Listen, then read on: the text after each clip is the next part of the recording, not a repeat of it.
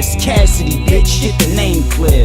I'm what you lames fear, got the game scared. I buy cane by the square, but sell it by the O. I run through snow like a reindeer.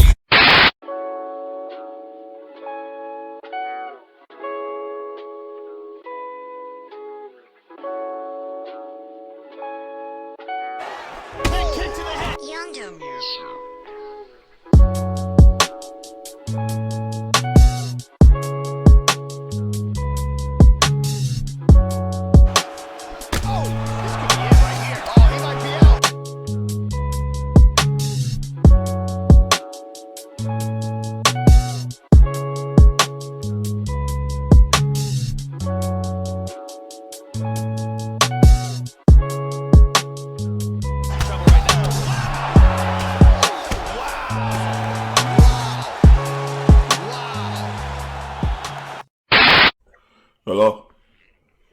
Yo, boy. Oh shit. Is this the GOAT? Yes, sir. What's up with you? Man. Thank you for blessing me with this opportunity. That's the first thing I would like to say. The second thing. Nah, thank you, man. I appreciate all the support, man. You know, I be tuned in. I be watching all your shit. And keeping people in tune with what you got going on, man. You definitely one of the niggas that's in line to know what's going on and be talking that real shit. So I couldn't do it without niggas like you. So I appreciate you, nigga. Yo, good luck, bro. Look, man, I don't even know what this is what I want to ask you first, man. How does it feel to be 5,2-0? It's a dream come true. That's the reason why I started rapping. I wanted to become the best. Not to get money, cars, success. I just wanted to be known as the best in the world. So to have a record like that is crazy. I know nobody else got a record like that. Nobody else been through what I've been through, put in the work I put in, and got an undefeated record like that. So I'm definitely proud of myself. And it's going to motivate more niggas to come after me to want to be the best that they could be and close to perfect, opposed to just being losers and being comfortable with that. Right. Like, think about it, man. They saying Verb, Lux are like top people, right? They still talking about you. This is 2 weeks. They supposed to have an event coming up, but I don't hear nothing about it. It ain't too much hype around it yet. I mean, I hope they got something planned soon to pick up the momentum, because people was definitely predicting that to be one of the biggest events ever. So I hope it get a little bit more steam real soon. Wasn't your event I think in the beginning of April, it was like a month away, it was already sold out? Yeah, that was the fastest event ever sold out, and the biggest venue that, the URL ever booked. So we had the biggest venue when we sold it out the fastest. All of the stage passes and VIP passes and all that sold out in like a couple hours. So we made history. And is Lux and Verb, is their building as big as that? No? Yes? Nah, I don't think it's as big. I think it's a little smaller. Damn. And they still ain't sold out. Damn. And Verb, the last time I heard from him was an interview on Angry Fan.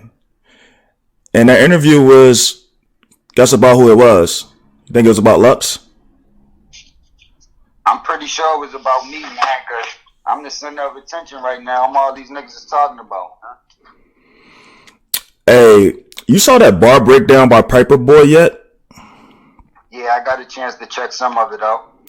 Man, I kind of wanted to play some of that conversation me and him had last night. I mean, not last night, but 2 nights ago.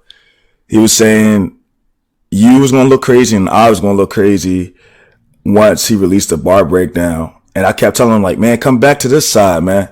Come back to this side. And then listen to that bar breakdown. It kind of, I'm kind of like, it's like a bittersweet thing. It's like a bittersweet because every point he was making about Goodz sounding like Lux stolen lines. He posted on his Instagram right now, like the stolen lines that Goodz had. Everything I was telling him, I'm like, yo, he stole something from Fred the Godson. He stole something from Lux. He stole something from Charlie Clips. He stole a lot of shit. He stole shit from you, the freeway line. Me? Mm-hmm. He stole something from Redman when Redman said, I ain't go platinum on wax, but I went platinum in the streets. He stole that and said, but switched it to gold. He stole this whole fucking, he stole everything, man. Nigga's a thief. Exactly. And now it's like PiperBoy's doing his whole switch up. And, you know, the guy, he seemed like, you know, he was a humble guy. The guy hit me up once he saw that she was about to give me an interview, and he was calling me like, oh, you've been talked to, you've been coached to. Bro, I don't even care how these dudes think, because all these dudes is real fake.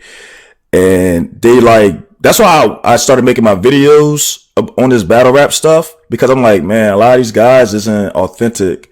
Like even the guy you know, you said that's your favorite nigga, Norbs, he'll seem like he'll talk to you and be like, oh, I fuck with you, Cass. But then like when you're talking to other people, like that dude, Ben Swayze, like Ben Swayze, he's like around my size on the blogging tip, but like Norbs be promoting him, and Ben Swayze, all he does is talk crap about you, and he not really like studying or breaking down, giving in-depth breakdowns. He's just saying, this is how it is, and I feel like Cassidy is this, but he's not giving an in-depth breakdown. But all of them are doing that. Like PiperBoy, I told him, I said, bro, you do that bar breakdown? He said, I'm gonna call you up tomorrow, we're gonna do it together. He didn't do that. And he came to the conclusion that I told him, that you won. And it wasn't just your bars. PiperBoy just put up another post, and I heard him say he got me 3-0 in Goodz now off the bars. So he went from coming out the event saying Goodz 3-0 me to now saying I 3-0 Goodz. So he a big influence, you know what I'm saying? He got a lot of subscribers, a lot of people that's tuned in with him. So that's just one example of the people, you know what I mean, changing and switching their pitch. That's showing that the culture is changing and shifting as we speak. And that was my plan. I knew it was going to be dudes like you that was going to be tuned in from the rip, that's aware of what's going on, understood my plan, what I was trying to do. But there's some dudes that's going to jump on board, you know, a little bit later, like PiperBoy. And there's some people that still might not be, that it's going to take a little bit more time for them to realize what they witnessing. You know what I'm saying? Everybody ain't at the same intelligence level. Everybody ain't tuned in the same. Everybody ain't watching the same vlogs or got the same information about battle rap. Like everybody moving at a different speed. So it might take everybody else a little bit longer before they get on board. But everybody definitely gonna switch up and make their adjustment and get on this side, because this is the only side to be in. And we represent the real the fundamentals of what battle rap is about. Not all that extra shit that just came on in the last couple of years. It's like, I'm about bars, and that's what it's really about. Like, you know what I'm saying? Battle rap is about seeing who got the best bars. All that other shit that they be including is just extra shit, but none of that shit is more important than bars. So I be giving niggas an example. Like, if all of them other categories mean something, it's like, you can add up all of them categories together, and that'll be about 50% of what counts. But the other 50% is all bars. So in order to beat bar, in order to just even have a tie with a nigga, you got to win in every other category. And even if you win in every other category, if the nigga win in bars, the only thing you could do is tie. You can never beat a nigga that beat you in bars, because it's battle rap. So that's what I want niggas to understand, and the only way to get niggas to understand is to come back and give them an example. You can't really just criticize from afar. You got to come back and lead by example. So I ain't expect everybody to understand from the rip, but the more time passes, the more niggas gonna get on board, and the better the culture gonna be. Absolutely. And that's why I had to make my blogs. I feel like, you know, a lot of people feel like you already talked to me and shit. But that's why I feel like I had to make my thing, because it's like these dudes aren't going to try to sit there and do an in-depth breakdown. Like PiperBoy wasn't really going to be doing an in-depth breakdown until you heard, like, me and him had that conversation. I was owning him, big bro. Like, let me tell you, I was owning him.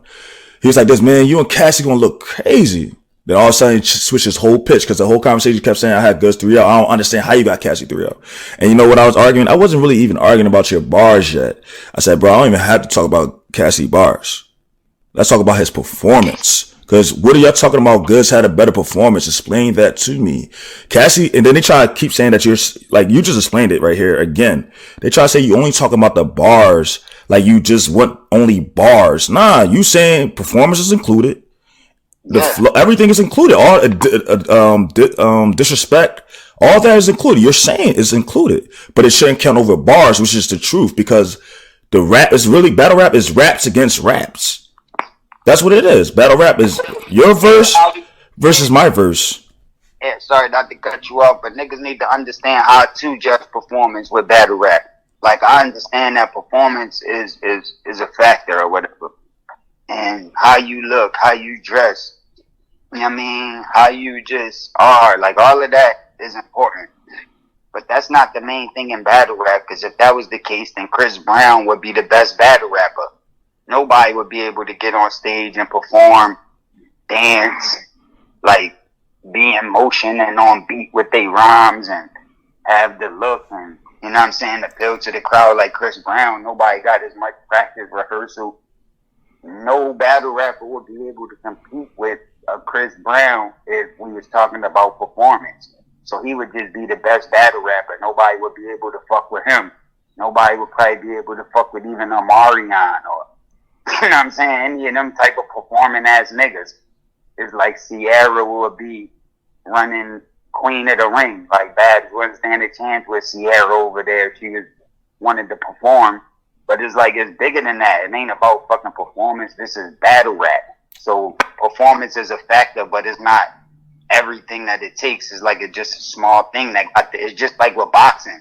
Like, you know what I mean? Performance is a factor, but it don't matter. You just got to win the fight. You got to beat a nigga up. You can have a bad performance and knock a nigga out. That's all that matters. You won the fight.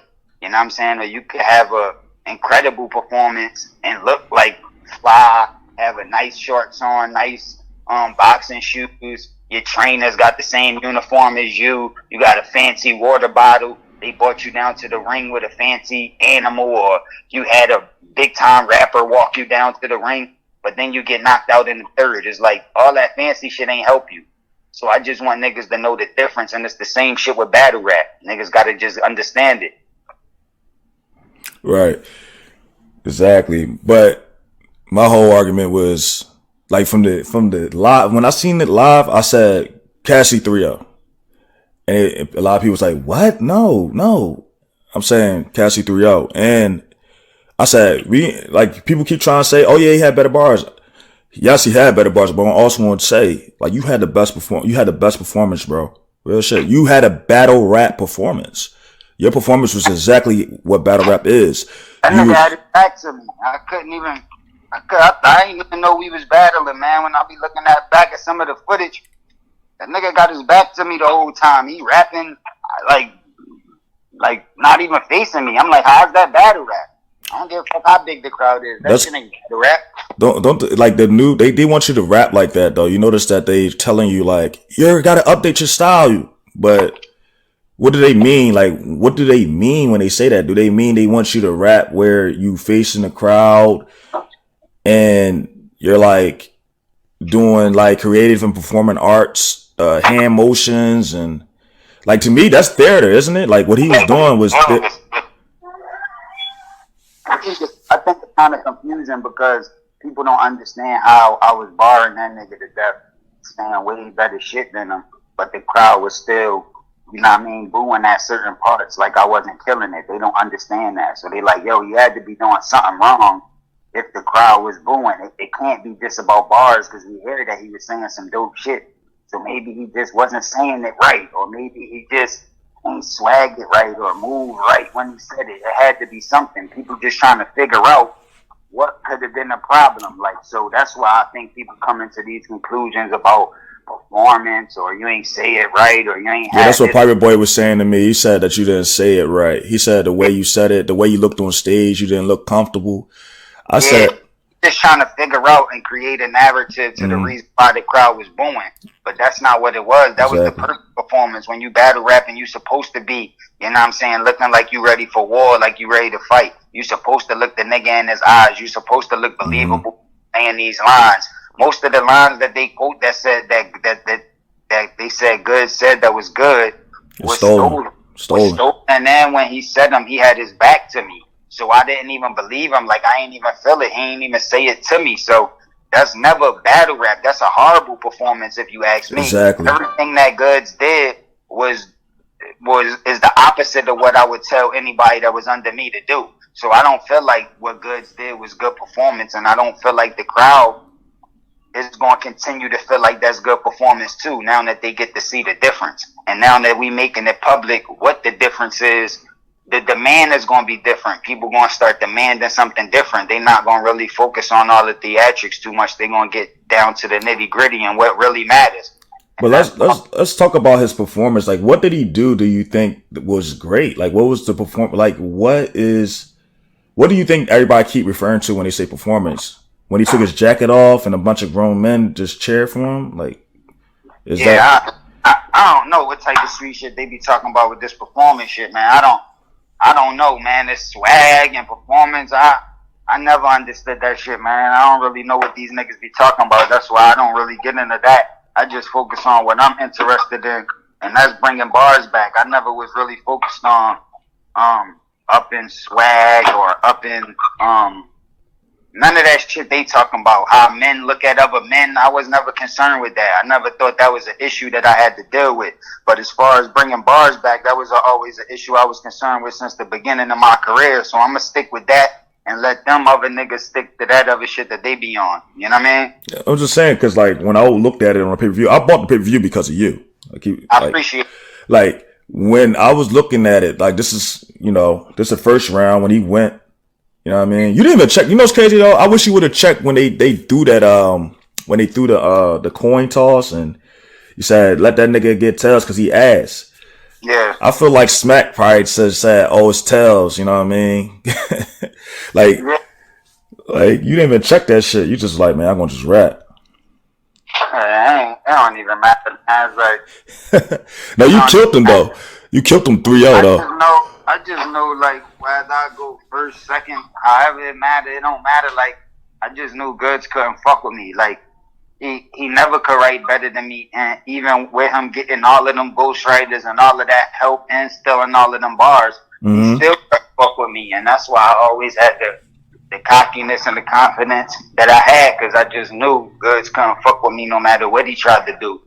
So that coin toss shit ain't really matter. None of that shit. I knew when I came into the building, there was a setup anyway. I seen how they had it set up, how they had the Avengers all positioned in the front row and all of these Avenger family members in the first 3 rows and how the stage was set up and unbalanced. And I just felt like it was already funny from the rip anyway. So that's why I was on that tight tip. Yeah, man. I seen Hitman Holla trying to give him that, Shotgun Shug. I seen Baby Mook Jr., Tsu Surf. He in front of the crowd. There, man. All the Avengers was there, man. They was teaming up.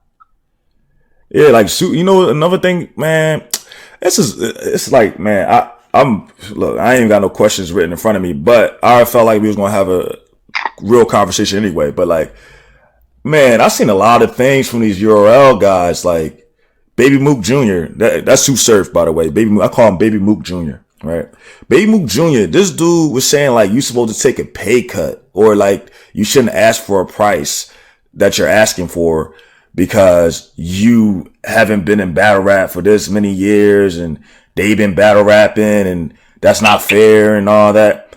Do you think they not realize when they do things like that, they also talking about how much they worth? Like, they're showing like they basically telling Smack and Beasley and them not to pay them more than what they paying them. Like, that's another reason why I don't understand why people was letting a lot of them Goodz bars fly, because he trying to talk money or say I'm broke or I need to come back to battle rap because I'm not doing good with my career or whatever. But you could take what they paid Goodz and what they paid all the rest of them niggas that was on my card and put that shit together, and they still didn't get paid more than me. So I don't understand how he could talk money with me. Just like the type of money that I'm demanding to come out and battle, the way I'm selling out events, the big venues that I'm selling out, the people that's tuning in. It's just different. Goodz never experienced nothing like that. And all of that is coming from me, not Goodz. So, you know what I'm saying? I'm happy that everybody get to see what's going on, see the fact that Bars is back, and see the corny shit that he doing, like talking about calling the cops because he can't take this pressure. So the nigga ready to rat, get the law involved because it's just too much pressure. He can't really deal with this shit. Yo, you know what's crazy? I don't know why nobody called violations on this man, because he doing a lot of, like, he trying to say, you messing with, like, you know what I'm saying, like that crazy stuff he was saying on his bar, that transactions bar or whatever.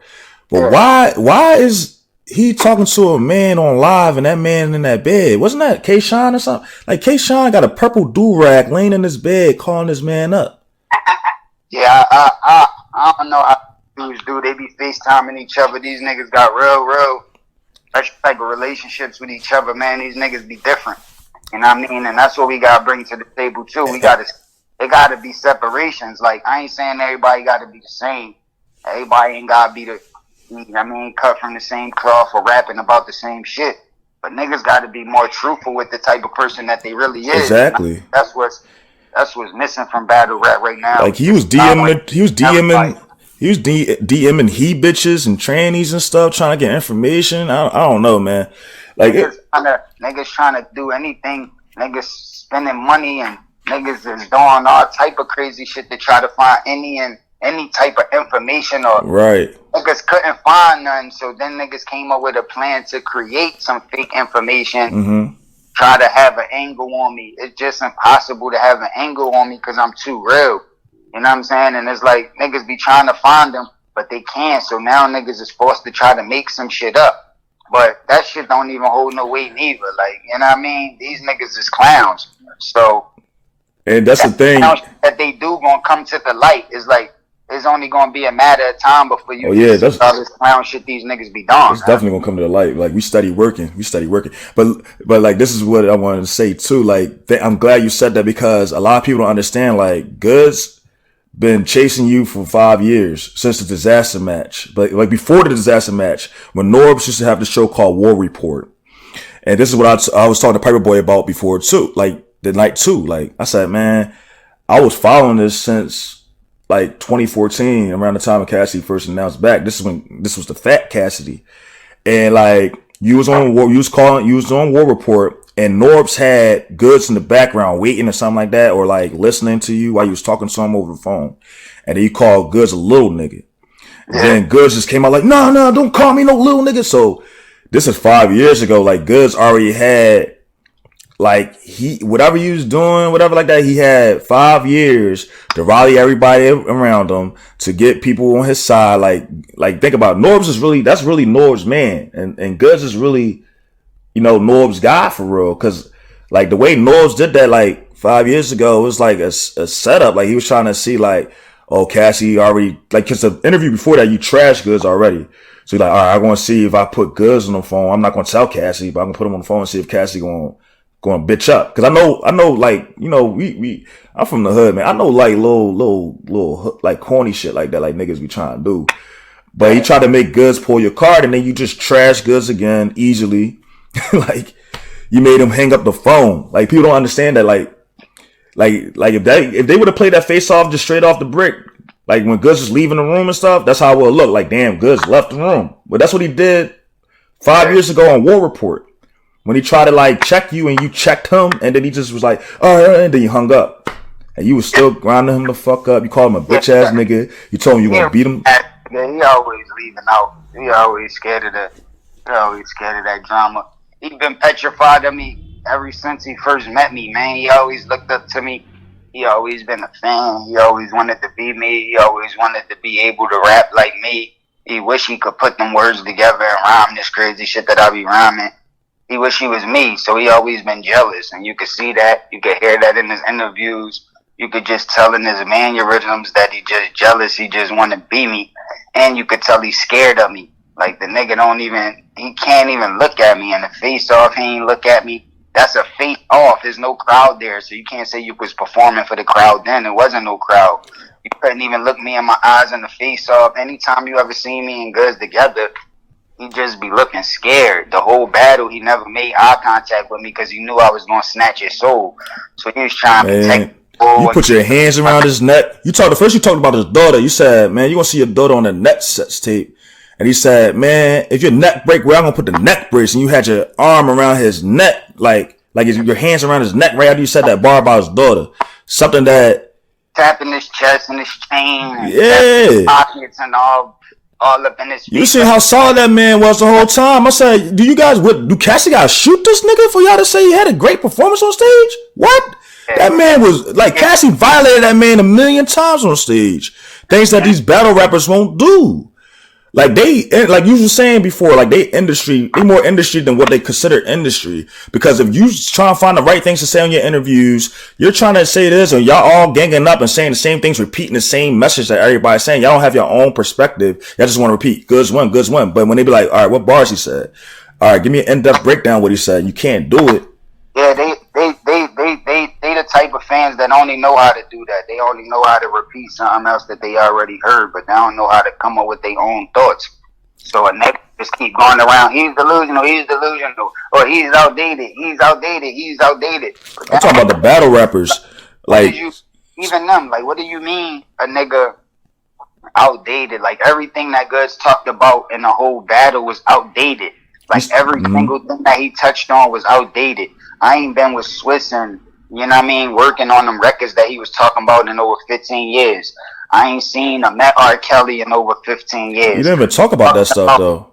He's talking about Swiss leaving his bitch for some keys, too. That bar that you stole from Fred the God. Yep.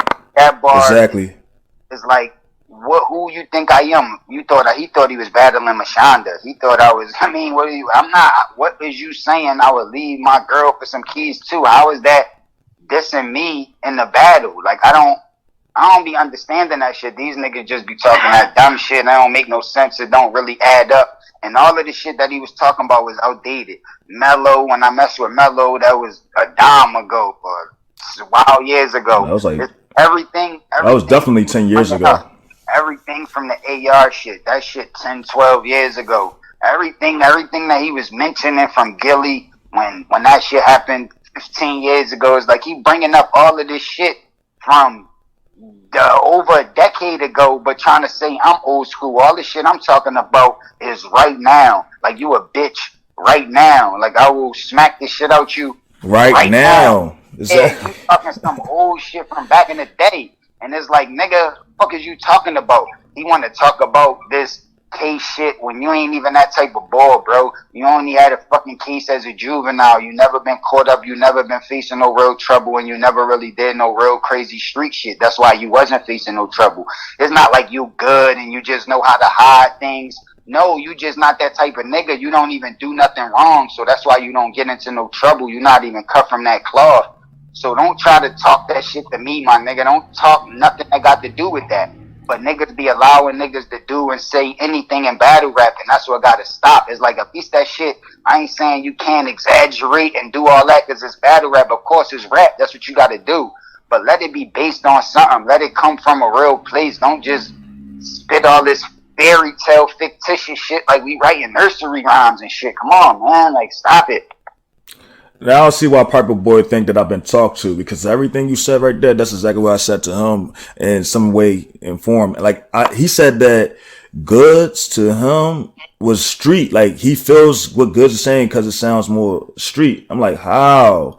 Like, Cassidy brought up the fact that he only got a case when he's a juvenile. When Cassidy said the last nigga that had a bone to pick is a skeleton now. That's fucking facts.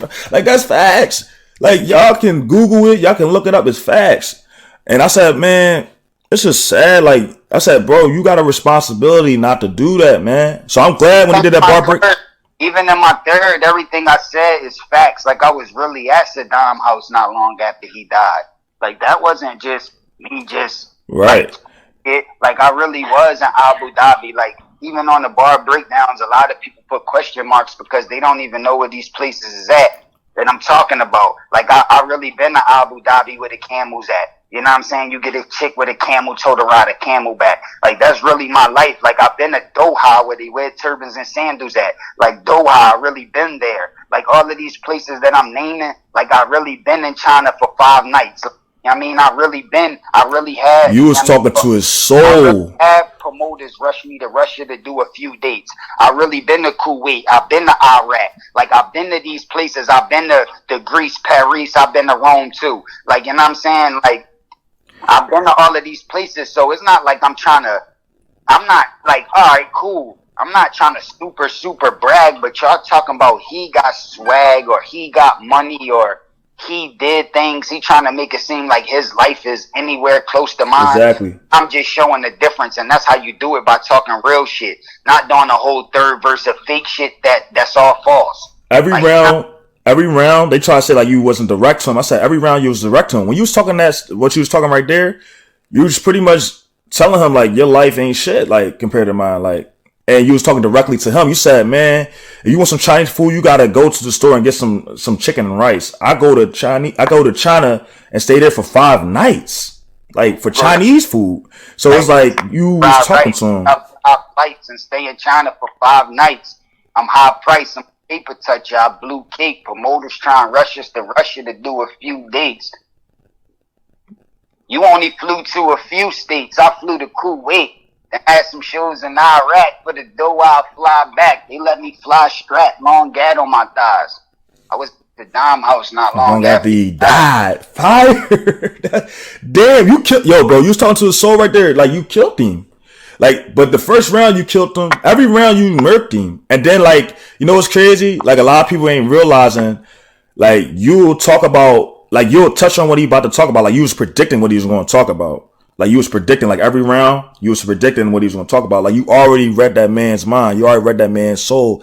And you was controlling them. You was puppeteering them for real. And that's another thing I like to put on the grade of performance when I talk about your performance. You was predicting everything you was going to talk about before you talked about it. So that's a great performance, in my opinion, because you're looking in this man's soul. You see what he about to say, and you already say it. So you thwarting it already. Like, that shit is not there. You can't bring it up unless it's creative. But he's not... He even complimented on my GPS, my Waze bar. Like, he complimented me on that.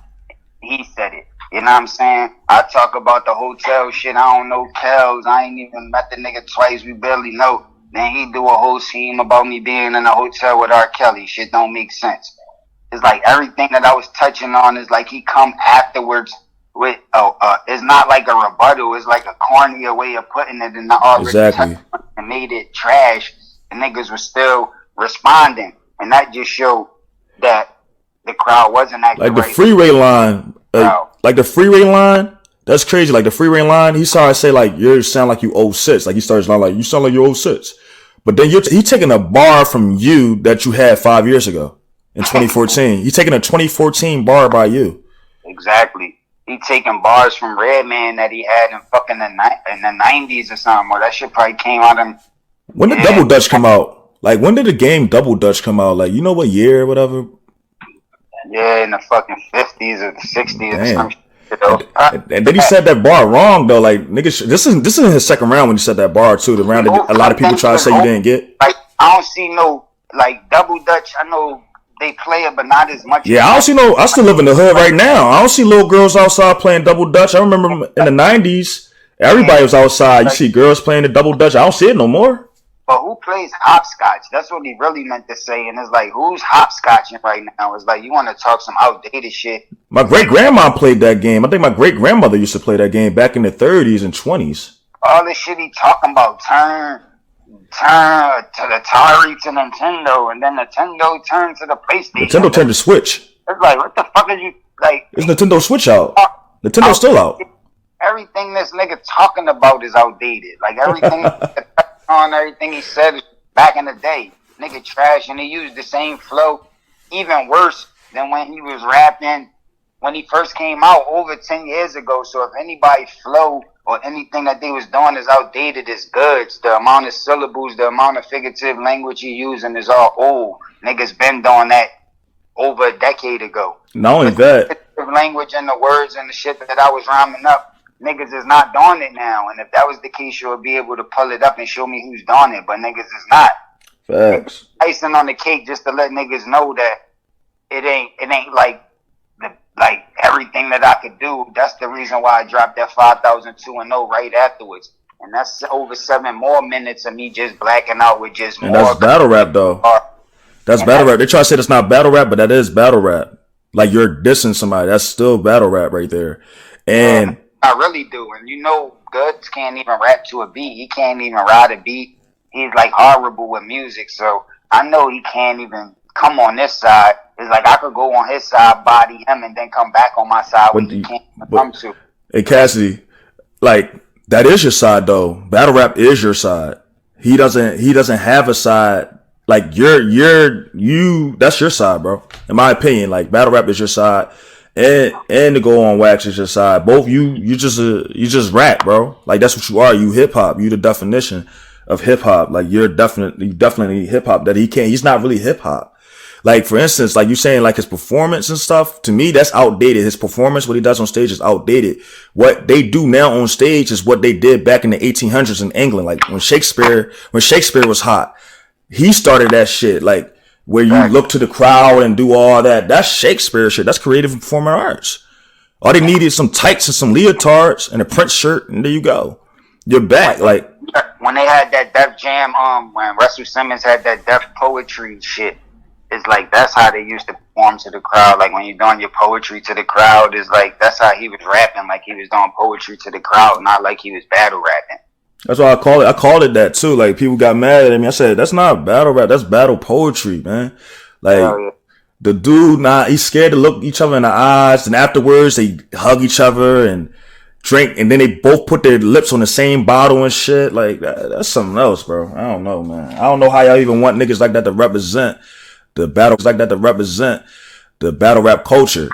Like for instance, like a lot of people was mad when I said Verb lost to Mook. You're like, what? How Mook? I'm like, y'all just not getting it. Like Verb lost to Mook because, in my opinion, I always says this is a violation when you try to bring your enemies to your side and team up against one nigga. Like you be like, all right, we all got team up because this nigga is bad for our culture, and it's like that's a violation to me. That's not thorough. So like when you talking, I want to hear you. If you got to have some, like I'm really gonna be critical of what you're saying now, where I'm really going to hear everything you're talking about. So when he rapped, he was saying some shit. When Verb rapped, he wasn't saying nothing. He said, "I wake you up in the morning, I'm a rooster." Like that's trash, but niggas cheer for it. Like that's what another thing. The crowd is filled with a lot of. They're not real battle rap fans no more, bro. They're more so like what you call the wave fans. Like they like the fans. They like a wave fan. So like if the promoters or event organizers say, "Hey, this guy is hot. This guy's fire."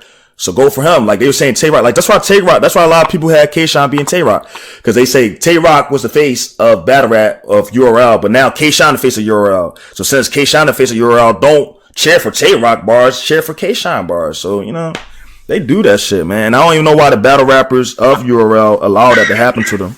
Like, you should never allow them to try to discard you when they want to. Or, like, say you get paid this amount because of this. Or, nah, like. Well, I'm here to make the battle rap community grow. But the battle rap community is small. And everybody in the battle rap community don't feel the same. So everybody got separate opinions, so that means the battle rap community is split anyway. But as a whole, the battle rap community is small. So a lot of people let what a couple people in the battle rap community feel just influence how they feel, and they think that's how the world feel. But that's not how the world feel.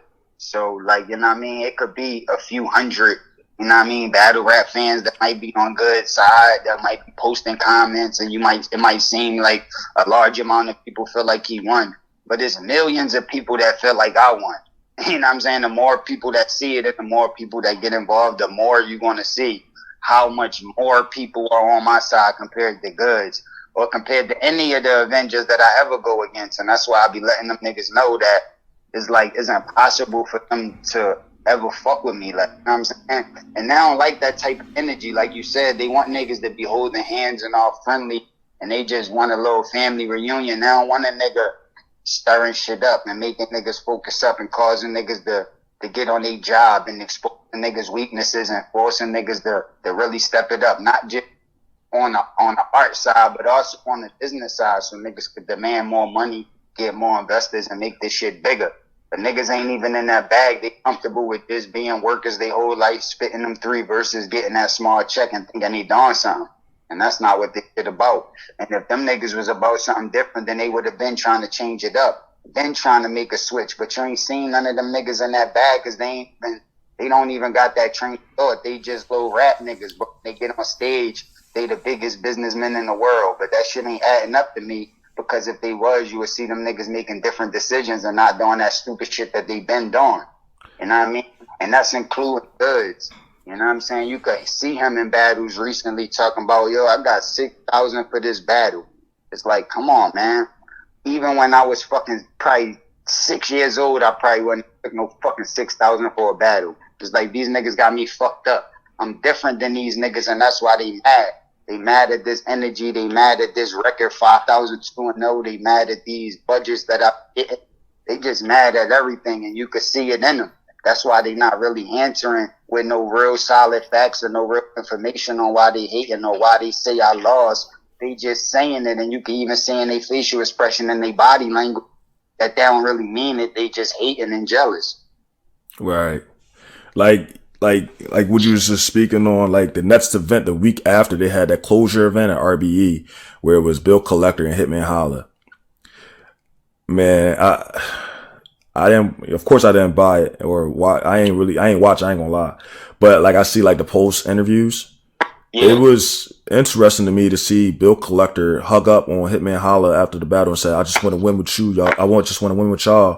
I just want to make money with y'all, bro. And that's when I noticed that this whole, like, I've been noticed it was political, but that's when I noticed like it was bad. It's getting very bad. Like it's really going to what you consider industry. Like this dude, like, you know what happened? You know the background story? Like Hitman Holla? Yeah. With his little brother and all them, yeah. Right.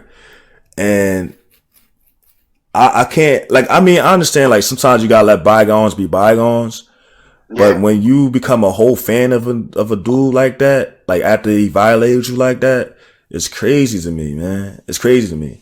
Like, all right, cool, get money, but like when you putting yourself out there looking like that, why do people want to be fans of these guys? Like that's why if you look at my videos, I always have Hitman Holla, like, you know, he got a rainbow behind him or something like that, because he really, like, I don't know, it's something weird about him, man. Like, I'm not saying that's, like, you know, it's 2019, people want to live how they live, but it's something crazy. Like, I don't know, some other shit with him. But, like, niggas be trying to compare this shit to the WWE. And I'm saying it's even sweeter than that, because one time I don't know if you used to watch wrestling. It's like, when I was a baby and shit and a little kid, I used to be a wrestling fan and shit.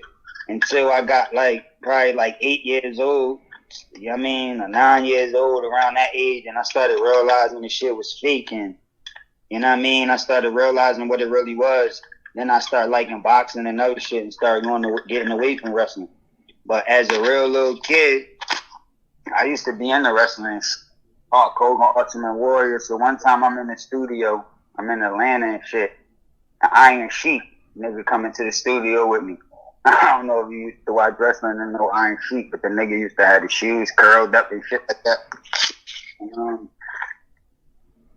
he started telling me some old wrestling stories, and he started telling me about Hulk Hogan and how he wanted to fuck Hulk Hogan up and how he had the belt and they gave him $1 million to lose the belt to Hulk Hogan. He started telling me this whole story and all that.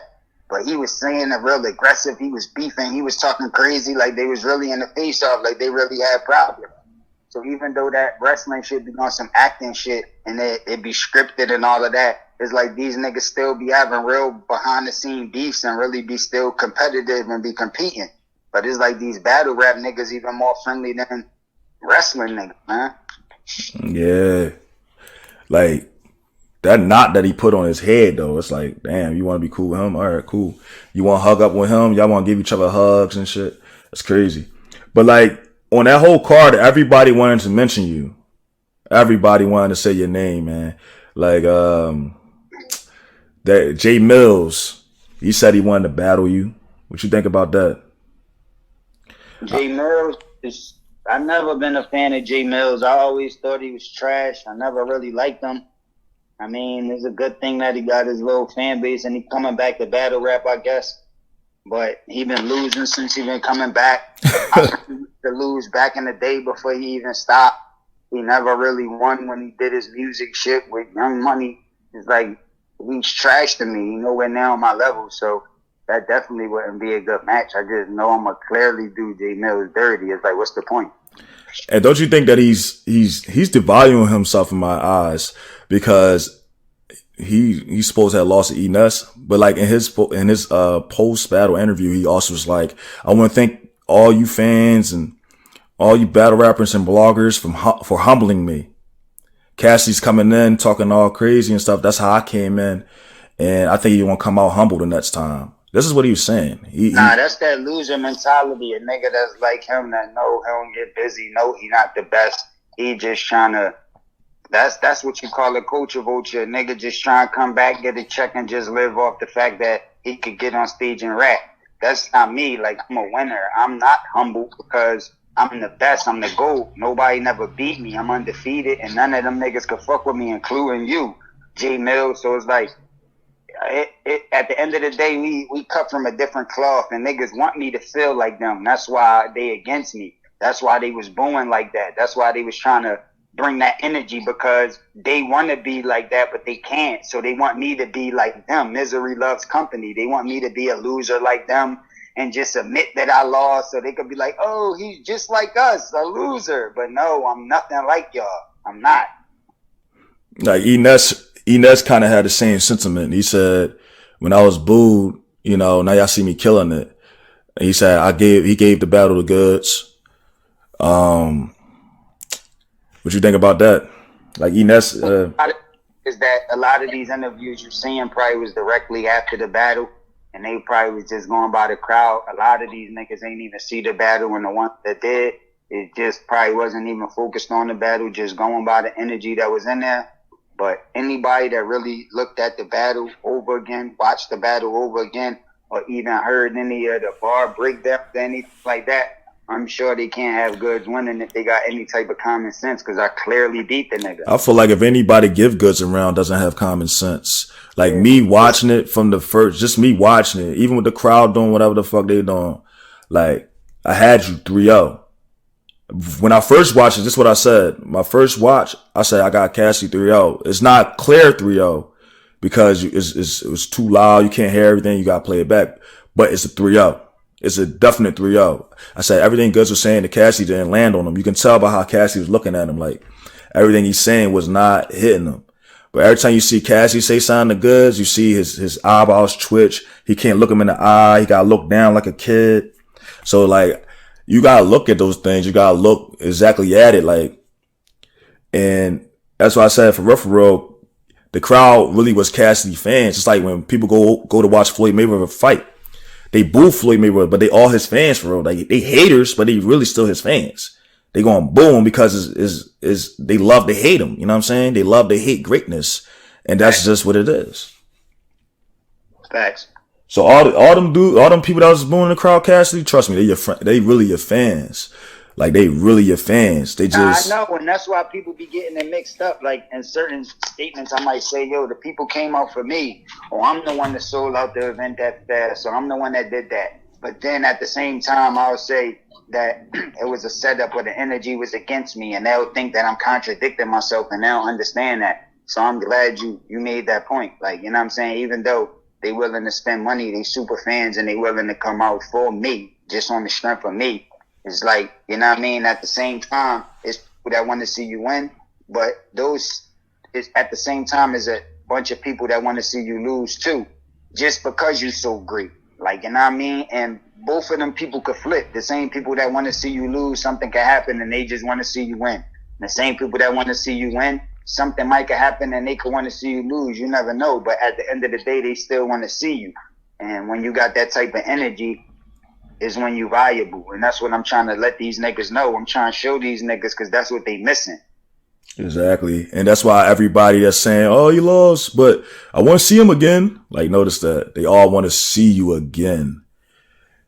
And, but yeah, like when I was saying, Charlie Clips also mentioned you at that closure card too, like in a rap. That bar was trash, but You heard it? Did you hear? You heard Yeah, it? I ain't get a chance to see the full battle, but somebody did send me the clips, and I seen people YouTube in the little part that he rapped about me. I seen that part. Yeah, that's what I saw too. Cause I ain't supporting that. I'm not supporting none of that bull crap. Cause when I saw Hitman holla, and I'm glad I didn't buy it because I'm like, they hugged up after the battle. That's not battle rap to me. But yeah, so what you think about Charlie Clips? You think y'all will battle or whatever? Like, I feel like he lost so many times to people that can't get a dot, and you beat one of the legends at King of the Dot. But you 30 the legend at King of the Dot, disaster. So it's like, I don't even think he on your level. But do you see yourself battling Charlie Clips? I see myself battling anybody that they cut the check for. You know what I mean? You know what type time I'm on. Like, anybody come with a check, I'm going to tell them to pick whoever they want. So if a nigga come with a check and I tell them to pick whoever they want and they pick Charlie, then I guess it'll happen. But anything other than that, it ain't going to go down. It's not like a person like I'm a fan and I just want to battle Clips. Nah, he a fan of me and he want to battle me because that'll be the biggest battle of his career. He just seen Goodz go through it. He just seen the energy. So, a lot of niggas want that type of light thinking they could capitalize off it somehow, some way. And like, they asked that man. It get different once you lock in. Once you lock in and you start feeling that pressure, like, it get different. But it don't matter, man. I don't got no picks. Like, all these niggas gonna be calling my name and got some shit to say. So it's like, you know what I mean? It don't matter, man. Like I said, you could put all of them niggas together on the stage, man. I hope somebody come with a big enough budget so we could do that. So it could be me against all them niggas at once. So, you know what I mean? I could just crush all them niggas and get all them niggas out the way so niggas could stop comparing. Did you see King Los versus Head Ice? Yeah, I seen that. Who you think got that? I don't know, man. I think I ain't really a fan of neither one of them. I think Ice killed him. When he was saying that he a vegan, he gotta make sure his butt's clean. When Diddy, all right. But like King Los, right after the battle, man, like I was on Instagram and I was on Goodz page. Like this is right after y'all battle, and like King Los had like a top comment underneath his picture saying Goodz 3-0, Goodz 3-0, Goodz 30 them. And like it was fans arguing with him. I didn't comment underneath it, but I was watching fans arguing with him like, nah. Who did that? King Los. Oh. King Los. He went underneath right after your battle. Yo, King Los is another clown, man. It's like all these niggas is clowns, man. King Los done made up some story about us battling back in the day, some shit that never happened, that only happened in his own head. And I remember when I met that nigga, I was with Mello and we was at some game and the nigga came up rapping and I told the nigga to spit some raps for me. I think there's like footage of it on YouTube. And I'm asking the nigga to rap. He spit a couple raps. And I'm like, yo, what's your name? And he like, King Losen. Then I'm like, oh, all right. I'm like, let me get one more. Then he spit one more out in the park. And that was the only time I met the nigga. But he's saying before that, we battled and he beat me. But I met the nigga again. I'm telling him to rap for me like he a little nigga. And I'm asking him what's his name after he already supposed and the dumb niggas be doing and niggas be running with it and niggas be believing it. And it's like, yo, my nigga, like, niggas gotta have some type of common sense before you just start believing the stupidest shit niggas say out their mouth. Yeah, I remember. I seen that. And it's like anybody with any type of sense could just see. Like, it don't matter. Like, Mook called them out on that. Like, I think Mook called them out on that when he was saying that. And his, like, before they had a battle, before he battled Head Ice, I seen it was Mook asking, like, so you battle Cassidy? And kind of like had a look on his face like, I don't believe you. Because he said, like, why would he battle somebody with no name or something like that? When I was running around asking him to battle me and I was gaining up bread, trying to gain bread, and I didn't have enough, that he said I didn't have enough. So I don't, like, Mook was like calling him out on that. Yeah, but I'ma just go battle King Los after that for free. It's like, that's what I'm saying. That shit don't be making no sense. It don't add up. It go against what I believe in, but these niggas just be trying to figure out a way to get some light because they know I'm that energy. So if you bring my name up any type of way, you gonna just get more views, more attention because I'm that energy and them niggas is trash. So they trying to get some energy, they trying to get some light, and that's why they be making up these stories revolved around my name. Right. Like this, and man. All right, so who you got? Who you like? I'm gonna go to like this URL card. I really don't want to promote these people though, but like, who do you got in that Lux and Verb battle? I don't know, man. It's like I got Lux. I don't really like Verb, so I got Lux. Yeah, I kind of don't want to see a nigga with 9 losses. Like I kind of don't want to see. That's. I don't think I'm gonna even watch the battle. I think I'm gonna just catch the replay or something like that when they drop it on YouTube. I know we're super hyped about the battle, trying to hype it up like it's gonna be so big, but I ain't really hyped up it neither. It's like, it is what it is. Like a lot of people is anticipating Tsu Surf return, but I like. Do you think Tsu Surf, like, you think he's like somebody that's like top tier or anything like that? Like somebody that, like a lot of people, because a lot of people saying he's like top tier. Some people call him Thanos. Like, nah, Cash not Thanos, is Tsu Surf. He's Thanos. I don't know how he Thanos when, you know what I'm saying, he with all the other Avengers, but I don't know, man. I never been like a super fan of Surf. Like I don't know none of his raps. I can't think of no lines that he said that, like, I'm not like that type of nigga with Surf, so, you know what I mean? But I know a lot of niggas like him, like niggas that I be hollering at, like, you know what I'm saying? They do fuck with him, you know what I'm saying? And be saying he say some shit, but I'm not like really a big Surf. Did they ever quote a bar?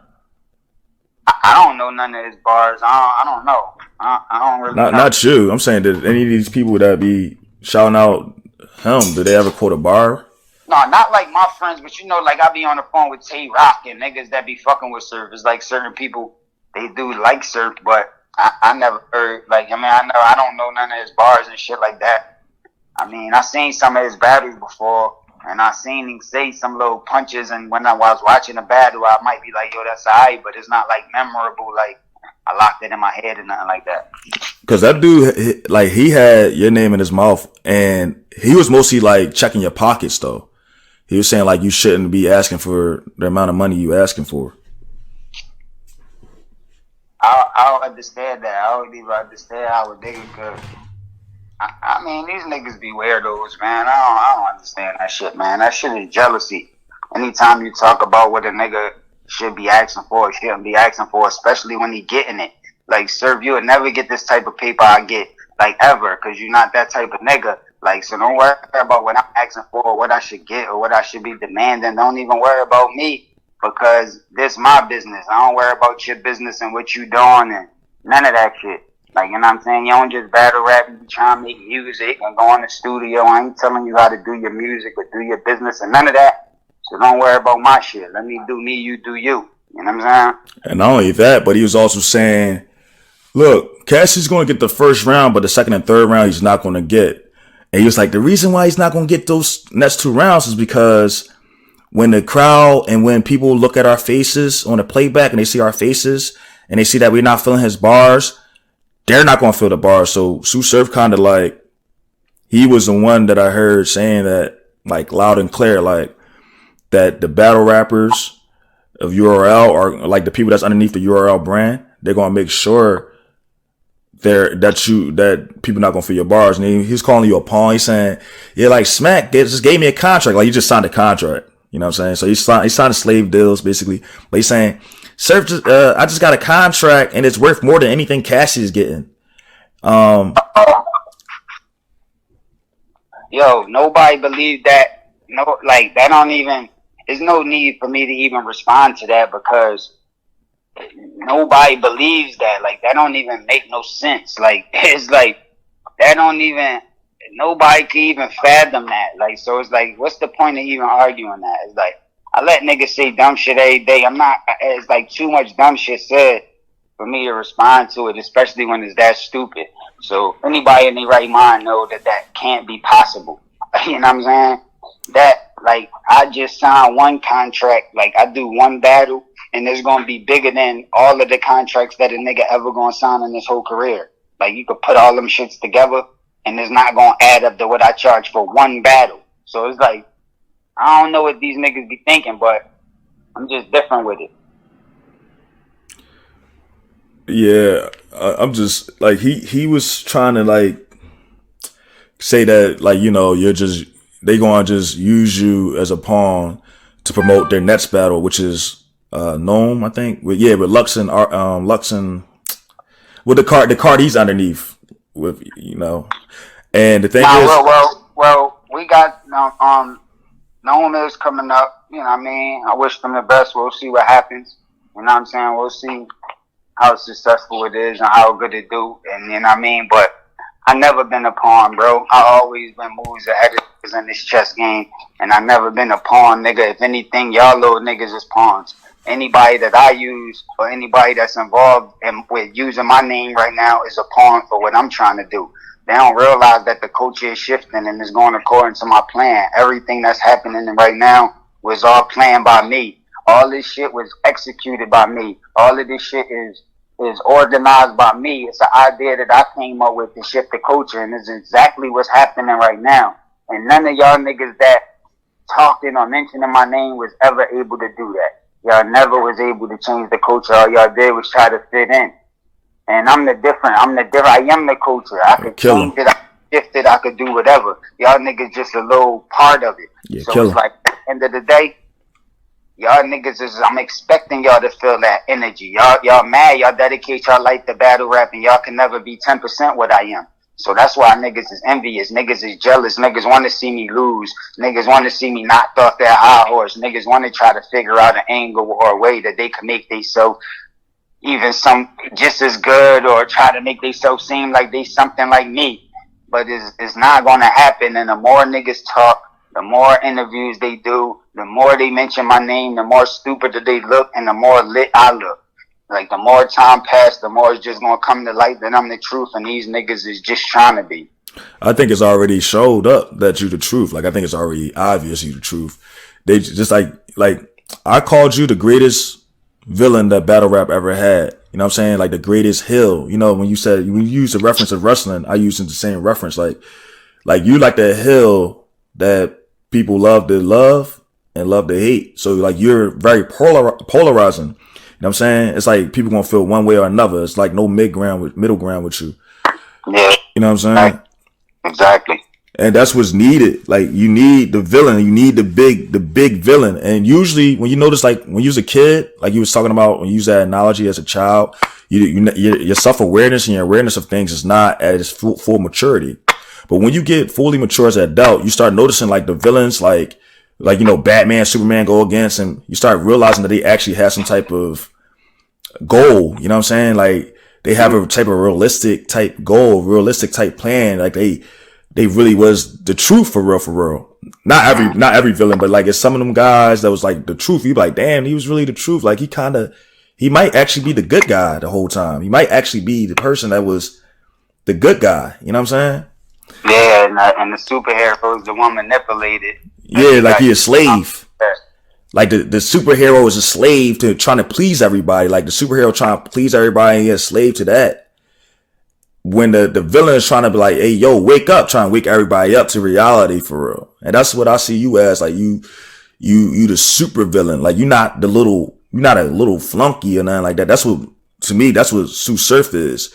Like, he's like smack little monkey in a way. Like, go ahead, say this and do this. I'm gonna give you a slave contract, and just say this and try to shit on his name, and you know what I mean? Mm-hmm. That's how I see it. Yeah, niggas never could be bossed up when they locked in them contracts. It's like, so that's the difference. Niggas be, you know what I mean? Niggas be workers, man. Niggas be having jobs to do. And that's why I said, you the Floyd Mayweather, man. You the Floyd Mayweather. Like, Floyd Mayweather was able to go from HBO to Showtime. Floyd Mayweather was able to go from work with Top Rank, work with Golden Boy, work with all these other boxing promoters, and that's what you do. You like, man, I don't care who in your stable that y'all got that y'all want me to fight. All right, pick him. Make sure my bag is right though. Yeah, I'm gonna get the bigger bag. I'm gonna get the larger amount of bag, and I'm gonna get the pay-per-view percentage. Like I'm getting all that, and that's what I see you doing. Why niggas like that about the bags is because we know it's a bunch of other boxers out there that's not getting paid for their talent. Like that could be getting bigger bags, but not. And know all of the fights that niggas had that they wasn't getting bags. Like, you know what I mean? Niggas was risking their life, having hard ass fights, having to train, and wasn't getting them type of bags. So now that I could demand that type of energy, I'm gonna push it to the fullest, and I'm gonna keep beating these niggas up. And that's the same tip I'm on. Like, you know what I'm saying? And that's sad, man. Like when, like I know I'm going back, I'm backtracking here, but that Goodz, when you had that battle against Goodz and you talking about your doghouse with a doghouse in the backyard, and you said, man, I'd rather be in my doghouse than have, you said his house is the size of the doghouse. I'd rather live in my doghouse and have it that hard. Like you look at Goodz's apartment, his house is really the size of a doghouse. Like on dog, y'all for rapping whack bars, cause DOG is in the house. Even white cats know I black dog. You know what I mean? And it's like, that's fire. It's like all of the, if you analyze my bars, man, all of the, everything I said is real. Even down to the lines, like I just got in some new shit. Dog is hairy like my Shih Tzu, but smell like zoo shit. Like I really got a Shih Tzu, and I really just got in some new shit. So it's like real lines. It's like not, I don't understand. Like everything I be saying be based off some real shit. I was futuristic with throwback bars just to let niggas know that I said that doghouse bar when I first came out. And that line is crazier than anything Goodz said that night. It's just you used to it because it's a whole bar, but it's still fire. It's still hot now. And that's why I explained to PiperBoy. I said, but then I upped the scheme. Like, you know what I'm saying? Part you said. Like, you know what I mean? Even my doghouse got a backyard, but doghouse, small as my doghouse without a backyard. I'd rather stay out with my doghouse than have it that hard.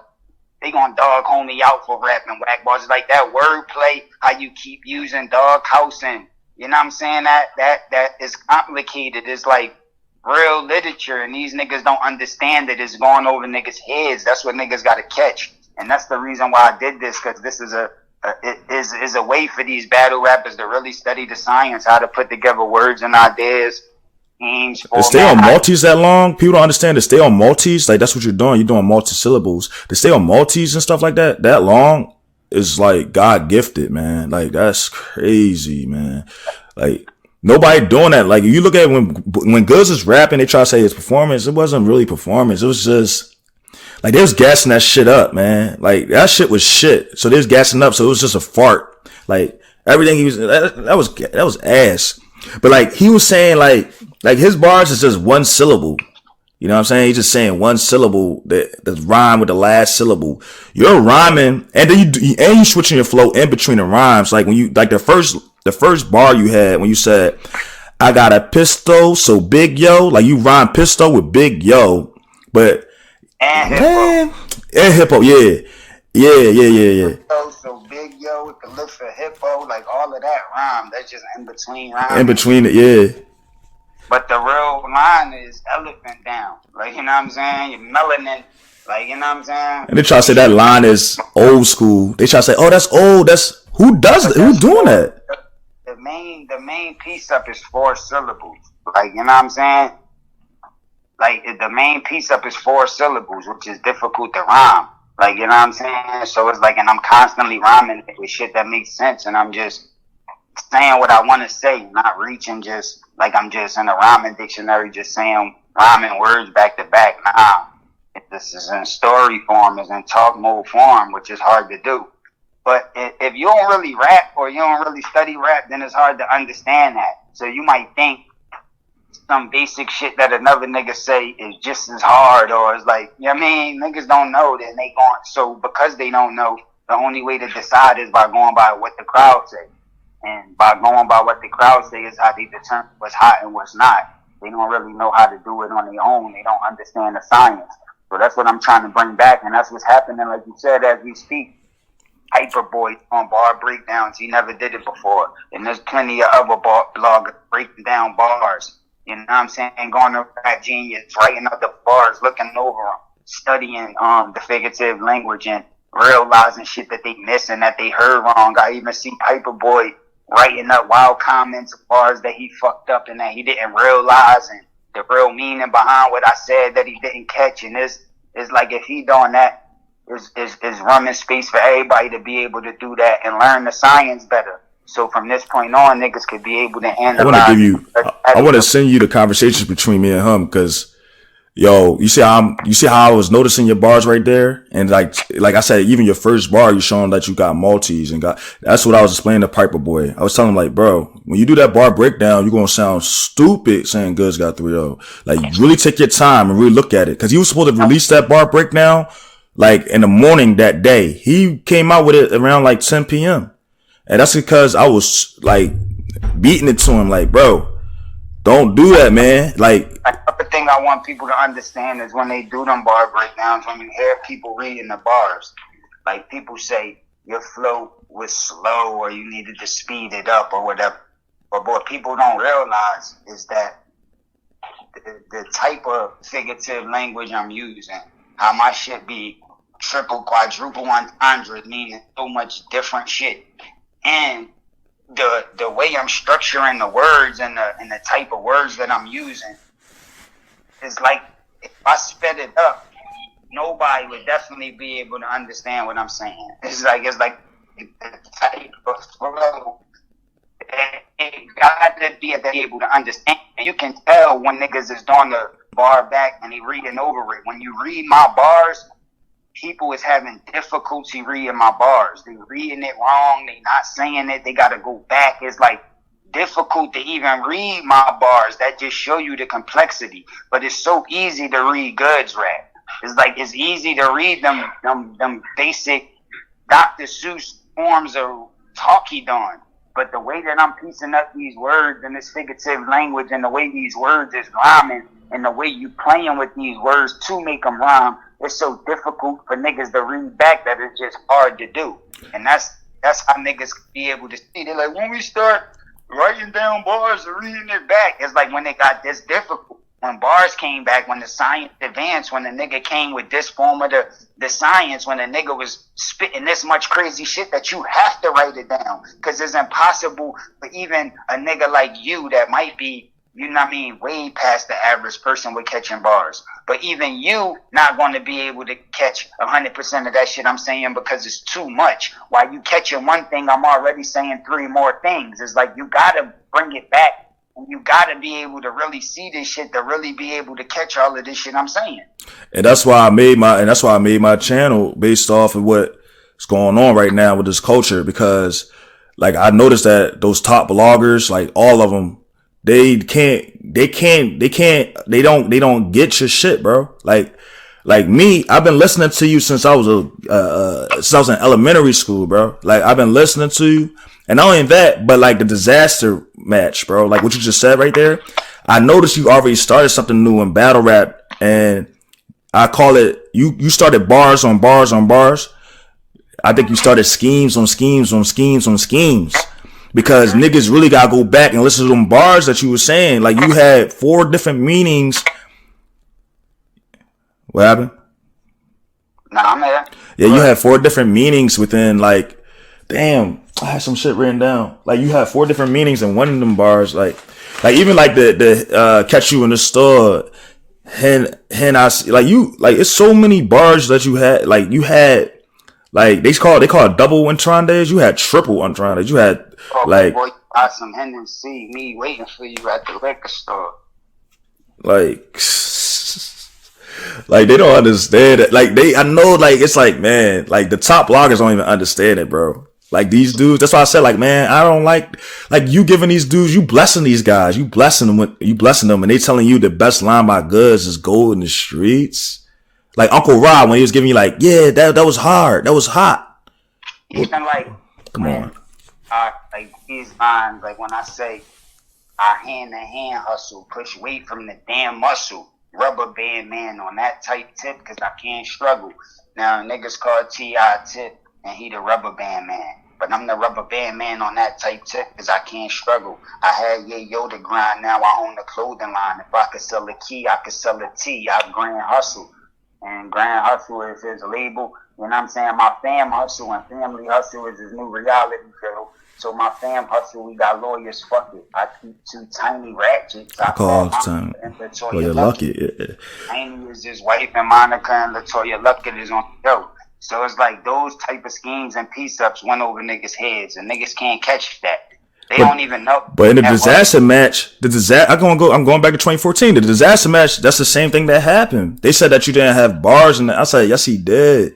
Y'all couldn't catch it because you was definitely using like 6 different flows in that battle. Like you will switch up your flow so much in that battle, right? They wasn't catching it. So you're like, oh, you had simple bars. Nah, you had 3 different meanings in them bars too. Like, and you was barring them. You was barring the shit out of them. You said, man, you like a canine cop. You sniff coke too much. You said, man, you like your broken pelvis. You broke as fuck. Like that. Like, they don't get it, man. And then, like, even when before that battle, like when Arsenal tried to dish you on that 0 to 100 remix, and you came out with that, it was you and Fred Money on that Anybody and Everybody. Yeah. You did a battle rap culture scheme where you took everybody's name and their sayings, like, and you put it into a scheme, and it was like a 2-minute scheme on that song, bro. And they don't even understand. And I respect Arsenal for that. Like, Arsenal, I say, like, he one of the top guys, in my opinion, over, like, Goodz and all them niggas. Because he disrespectful, and I don't really see him being friendly with people. But not only that, but he challenged you. You know what I'm saying? You shut him the fuck up when you came out with that song, though. He's like, oh, shit, this nigga. Like, Arsenal see it. Like, after that, he ain't say nothing else to you. You're like, oh, shit, this nigga just did it. I know he heard your song, bro. Like, that joint don't even got 1 million views. But I'm like, if niggas is really sleep, like they so sleep, like they gotta go back, man. And that's why I was explaining to PiperBoy. PiperBoy could not fuck with me, man, when we was on the phone with him. He could not fuck with me. So that's why he didn't want to do that bar breakdown with me. That's why he started trying to act like he isn't biased. You know what I'm saying? Start trying to like, oh yeah, Cassidy 3-0.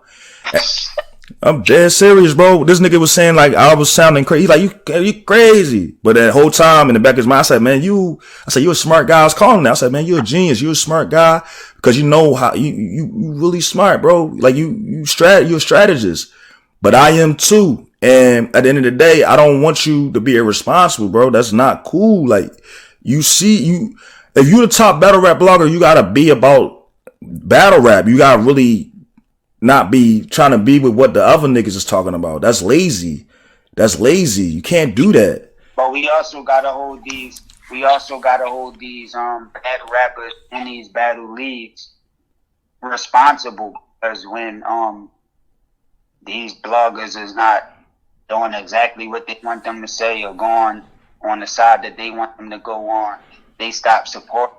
They stop giving interviews the same way. They stop allowing the bloggers to come into the events and be giving them a hard time and be, you know what I'm saying? And these bloggers is the ones that's supporting the culture, that's making people aware of all of these events and everything that's happening.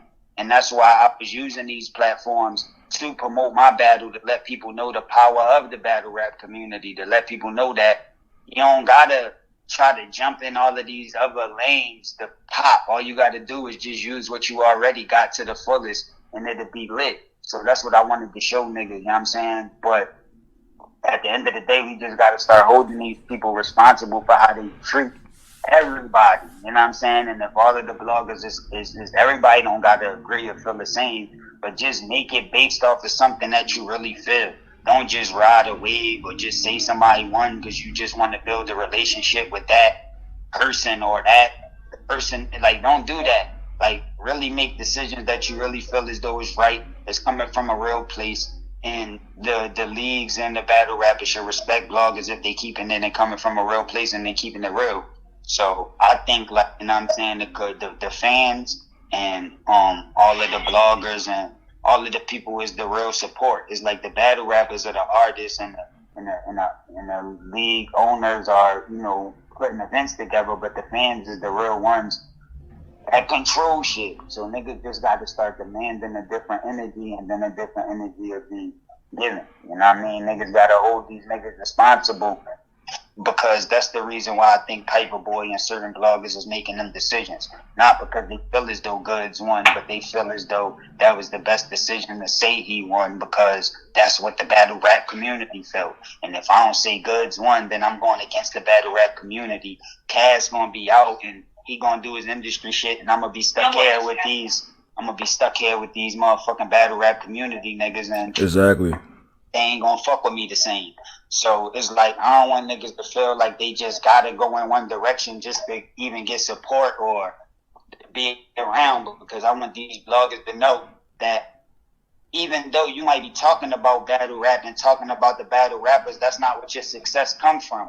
Like, it comes from you. Like, you know what I'm saying? So you don't gotta be choosing sides and doing all that shit with battle rappers. Is gonna make it exactly like how the industry is, and that's what I don't want it to be. I want it to be some type of separation between the two, but niggas trying to take it in the exact same direction as the industry, and if we keep allowing this, in no time is going to be no separation. It's going to be exactly the same, like, you know what I mean? And that's what I don't want, and that's what I'm trying to do. Is, you know what I mean, keep bars alive, keep battle rap alive, and keep the culture alive, regardless of how the business going.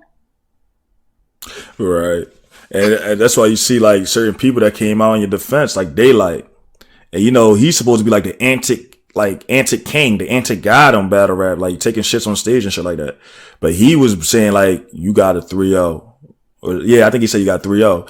And he was basically saying like, you really did battle rap. And I think that guy always wanted to be able to just, you know, really battle rap. But he started noticing like that trend, like, you know, where people wanted to see antics and, you know, stupid shit.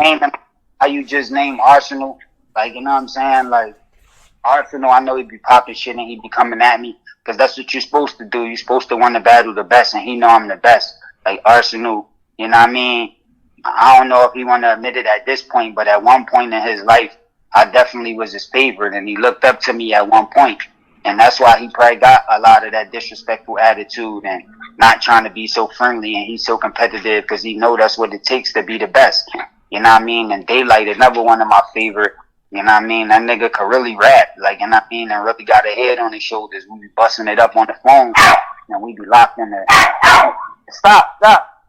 We be locked in the deep conversations and shit like that about all type of shit.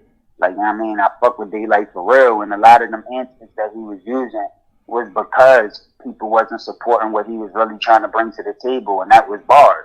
So in the beginning, if you look at Daylyt, all he was bringing to the table was straight bars on some street shit, but niggas wasn't accepting it the right way. And then when he started doing these antics and, you know what I mean, he started doing all this extra shit, then niggas start noticing them and start giving them all this attention, and he started getting attention from antics. But that was all a part of his plan to show y'all, like, look, y'all like me for this. Well, I was really bringing this the whole time. Now y'all like me for this, and I'm gonna flip back to this. So Daylyt got a big plan. He a smart nigga. Yeah. So I know, like, a lot of them antics and that shit he did, niggas thought that was the real him, or he was really just crazy or something. But I knew it was bigger than that. I knew he wasn't. He was a smart nigga, just willing to take a bunch of risks to get his point across.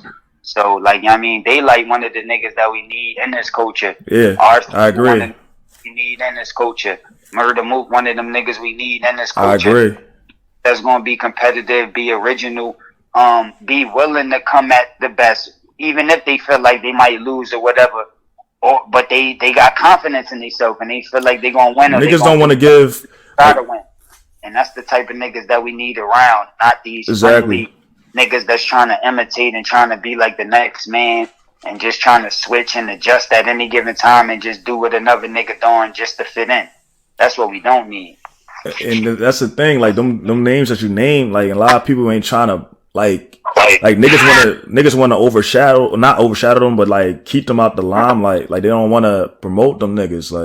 Like Arsenal, when he start trying to make his own league, like when Arsenal try to make his own league, all of a sudden now all the leagues don't want to work with him. Nobody want to work with him. Smacking them don't want to work with him. Like that's like some slave, like, oh, you a slave, you ain't supposed to boss up. You know what I mean? Like, I noticed that Smack does that.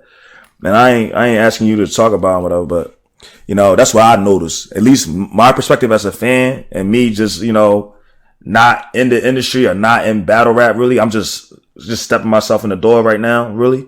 but I always been like I watch and lurk. I was lurking a little bit, but like I noticed that he does that or a lot of these leagues does that. Like when these battle rappers try to boss up and do their own thing, they want to tear them down, and then they get the rest of the people in their stable to try to bring a narrative about them. Like the Mook situation, like everybody trying to tear him down because he asking for a big bag. You know what I mean? It's like that in all businesses, man. It's like just like they not willing to just let any NBA player just take over the NBA and just, you know what I mean, just own teams. It's like eventually more people started fighting, and now you're seeing more people involved, getting more, you know what I mean, behind the scenes on the business side, but it took time. And it's like, you know what I mean, the people that's in the business don't want rappers that just succeed with these leagues off top because you playing with their money and it's a business. Niggas is competitive regardless of the facts. So the same way you want niggas to be competitive in battle rap and not friendly, it's the same way niggas look at business. Like, you know what I mean? If they don't battle rap, and you gotta look at these league owners, they don't really rap. They just trying to get chicken from this shit. So they competitive and they battling they self.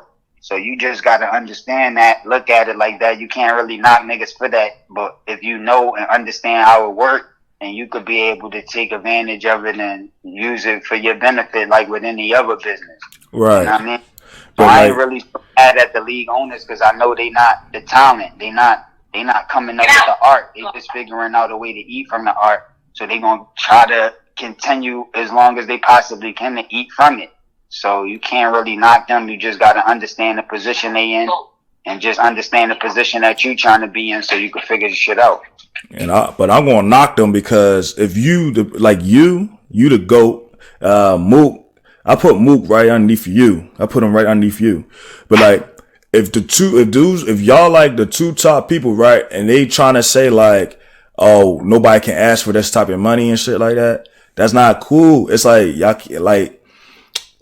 gotta pay what's owed. Y'all gotta pay what's right. Cause like you made that league that you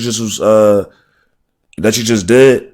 Like you made them over $3 million. Like if they say 50,000 people paid, no, they said 60,000 people paid for that pay-per-view for $50 per person. That's over $3 million right there. That's not even counting the stuff that they made from their sponsors like Uber Eats and the event in Atlanta. You know what I'm saying? The venue in Atlanta. It's not counting all that. So they made over $3 million. So like your fee is only $250. You know what I'm saying? That's a big chunk of change. But the other battle rappers, I'm sure they're not even getting close to six figures at all. So like that's why I'm saying like, and you said that you took a discount. So that's what I'm saying. Like, I gotta knock them because they gotta pay what's owed. They gotta. Yeah, but that they not going to sell out them venues. They not going to do that type of pay-per-view number with every battle that they do. Like, it was me demanding that type of energy. So you going to see them type of results because I'm involved. So niggas know when I'm involved that's why the business got to be different because I bring out that type of energy. But you can't just book any battle when it's going to do that type of numbers. Like, you know what I'm saying? And you can't expect battle rappers to just start demanding more. Like, they going to do that when they not going to do the same type of numbers. So it's more of a gamble and a risk when you investing in them. It's not saying that they not going to. No, I understand that. I'm saying you though, but I'm saying with you, Mook, like the people like that really get the battle rap interest. Yeah, but it's all about what you realize that you work and what you demand. Like when I said I wasn't coming back until I got 250, people were saying I should have took 20, like Mook. Then people said, well, he got offered 30. That's more than he definitely should take that. Nigga said I should come back and take 40. It's like the more it was going up, nigga said, yo, cause they never got them type of offer. So like they try to think like, yo, he's scared or he this, and they try to make up reasons why you wouldn't take that money because they know that that's more than they ever got and they would definitely take it. But I knew what I was worth and I told niggas I wasn't coming back till I got that amount. That don't mean that's the most I'm worth, 250. I know I'm worth way, way more than that. But I just know I'm not coming back to show niggas that I'm way worth more than that until they give me that number. You know what I'm saying? So it's like you got to know what you worth and be able to show it when you do get that chicken, like be able to make it back and bring that bread back. Same thing with these record labels. Like when I put out these records, I was able to bring that money back that they invested because I was able to sell records. And it's like you just got to bring that money back. You brought that money back and then some. And then some. A lot of these niggas not capable of doing. Exactly. In fact, not just to show niggas that, like, the shit on niggas. I just want these niggas to be able to see what type of energy is in battle rap.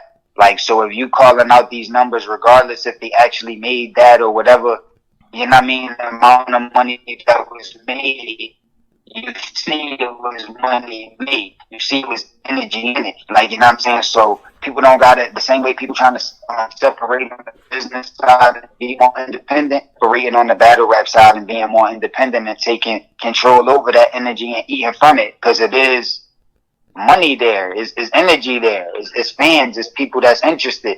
Niggas just got to figure out a better way to capitalize and stop settling for less and get more on their job, get more focused and get more serious. Like, you know what I mean? Treat it like it's this amount of money involved. It's like, because every battle is not going to be that amount of money, but if they step it up, if they fully get on their job, they fully promote, they fully put their best foot forward, then it could start always being that amount of money involved. And that's when everybody could start eating. Yeah, I just want Smack and them to pay what's owed, man. I want them to, like, make sure. I'm not talking about no other rap. No, I don't. Like, the rest of these guys, they all buddies and all that. They all, like, signing slave contracts. They already put themselves in the position they in. I'm talking about, like, you gave that man a favor. You know what I'm saying? You gave that league a favor. You showed them a favor. You know what I'm saying? And I feel like they need to do what's owed. Like, they need to. Because, like, nobody ever sold that shit out like you did. Nobody ever generated numbers like you did. So they need to. They need to get some type of tip, man, some type of reward for, like, you know what I'm saying, all this extra shit that I did and that I brought to the culture. Not exactly. Just for that, but for future events. But don't get it twisted. They definitely on their job and they see that. They know the difference. They see the difference and they know who's responsible for it. So don't. You know, they know what it is, and not just them, but if you know, not just them, but any other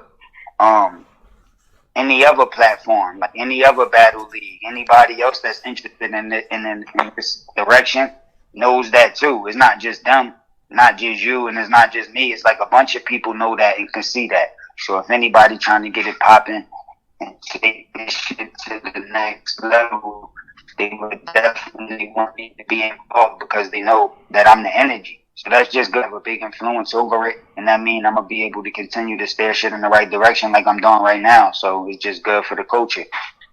That made me feel a little bit better. You know what I'm saying? Because I just felt like, you know, but all right, cool. So they recognize and they doing what's right. All right, cool. Now, a lot of people keep bringing up this dude named Rum Nitty. In my opinion, I don't see him on your level. But what you think about that? Like they trying to like keep matching y'all names together. Like I don't see nothing. Anything he said, he sound like everybody else to me. Like he do that bow shit, and then he looks to the crowd, and then his bars to me, he had like the same level bars that Goodz had, in my opinion. Go. I think people be trying to make these comparisons because he like a punchline rapper and niggas know that punching shit is me. So now that he punched, they just want to see me go against some new type of puncher or something. I don't know why niggas be. But his punches isn't like his punches. I don't really think it'd be a good battle because, like you said, there's so many other things that come along with battle rap than just punching.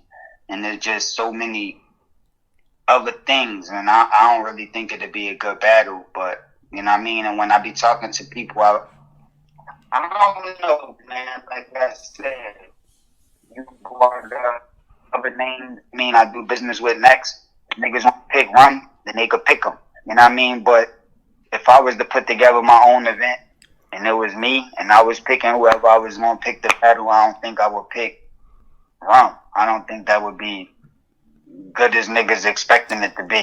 I don't think it would turn out that good. So you ever watch any of his battles before? Yeah. I seen a lot of them. What's like a hot bar you heard by him?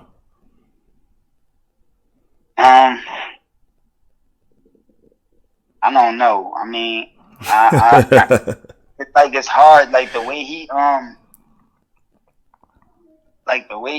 be piecing them up. It'd be hard for me to remember how the nigga be putting them together. I don't really know, man. I never really like memorized no Rum verses. I don't know. It don't be hitting to me, man. He sound the same to me, man. I don't know. Like it's not. Oh, what you think about Reid Dollars? And like when he came, like like I didn't know he was still back. I didn't know he came back to battle rap, but it was pretty cool. Like I'd seen him against Chess. What you think about his impact on battle rap like so far? You think he's like one of the originators and innovators? Dallas, he from Philly. That's my nigga. We did some work before.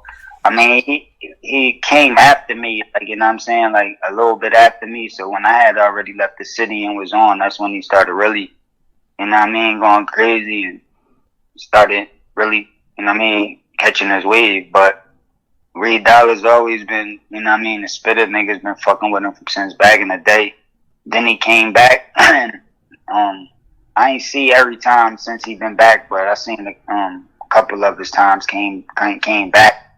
And I think it's good for battle rap for Reid to stick around, keep doing his thing.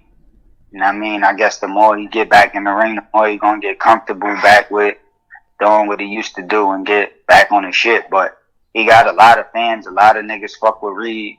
I mean, he a good nigga. Like, I mean, when I be around him, I would be talking. He a good nigga. So I want Reid to keep doing his thing. I mean, I hope he gets some more battles that opportunity to do. You know?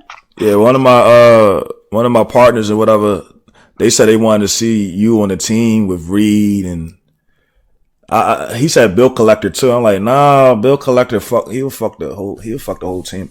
Like they said, like they want to see y'all on teams or whatever, go against like everybody or something like that. But I said that'd be cool as long as I said that'd be cool, but like Cassidy got a team like Chubby Jack, he fired like his Scattered Thoughts mixtapes is fire. Like Scattered Thoughts 2, man, like it's fucking fire. Like I remember that shit back like 7 years ago when I was playing that shit. I was like, that shit fire. I ain't realized the time, bro. I gotta get out of here. But that answer that last question. That I would never do like a team with just random people. Like I would never do that. Like I don't need, just because we from Philly. I mean, maybe they came up with that idea, but I would never team up with people like that, especially for battle rap. It's like I don't even see the purpose of doing that. But niggas could team up together against just me by myself. Like, you know what I'm saying? I'm on that type tip, but I would never team up with niggas. Like, niggas can't even handle me by myself, so I team up with other niggas. That don't even make no sense. But I got a lot of shit that's about to come, man. I got a lot of ideas. Everything going according to plan, the game changing, the culture shifting. Shit is different right now. So I'm happy, I'm excited. I'm gonna bring a lot more shit to the table real soon. I appreciate your support. Your mama favorite, man. Nigga been holding it down. I definitely be tuned in.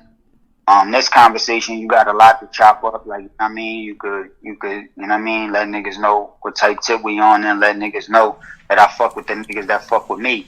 You know what I mean? And we gotta come up with a different name for this part of the battle rap culture that's on this side, man. Like in a couple of days, I'm gonna be thinking, and niggas gotta come up with some different type of name for y'all niggas that's really basing y'all decisions based on the science and not just you know what I mean, going with the flow. So I appreciate y'all niggas, man. Keep doing your thing. Shout out to it's a lot of them niggas that be on this on that type tip. Jersey Niner. Just like a Rob. Jersey Niner, one of the niggas I definitely be tuned in, man. Nigga be having his official jerseys, but he be talking that shit, man. I definitely want to get on with Jersey Niner. So Jersey Niner, Mob 225, Rob Banks. Yeah, is a Enlightened Illumination or something like Enlightened that. Illumination, yeah. Yeah, Enlightened Illumination. Rob, Life is Chess, With Rob. yeah, what's his name? It's Rob something. Life Yeah. is Chess. Life is Chess with Rob. I think that's what it is. Yeah. VNAB Labs, that dude, Son. That you in? Yeah, the sun god or something like that. Yeah, he be talking that real shit. Yeah, I gotta come up with a different You don't like the real BRC? I like the real battle rap community. This is the real battle rap community. I mean, it's probably too simple, but like the real battle rap community, because I feel like this is the original, like battle rap. Like what they doing now isn't what battle rap. Isn't the original battle rap. We just bringing battle rap back. Like you know how you say bars is back. I like to say battle rap is back. Yeah, I gotta put that the real BRC, man. That's what niggas represent, man. And I appreciate the fact that, you know what I mean, niggas going by the science, talking with sense, and also shifting other niggas like the PiperBoys and all of these other niggas that make smarter decisions. Like, you know what I'm saying? And start really. I cook that nigga, man. I cook that nigga. And we gotta get back to that, man. Like, you know what I'm saying? Like, even with the battle rap bloggers, like if niggas ain't on the right type tip, and they trying to push out the wrong narrative, then niggas gotta be a little bit more competitive on every side. That's why I'm bringing back that energy. Checks and balances, man. Even in the government, they do checks and balances. Trump can't run around doing whatever. Like checks and balances, that's what you gotta do, man. Exactly, man. So once again, I appreciate you, boy. We gonna get back on real soon. Keep these niggas in tune, man. But in the meantime, in between time, keep doing your thing. Keep holding me down, man. Thank you, man. Appreciate this, man. Real talk, man. Much success. Your subscribe is about to go up. Niggas about to be tuned in because you definitely blessed, man. Keep doing.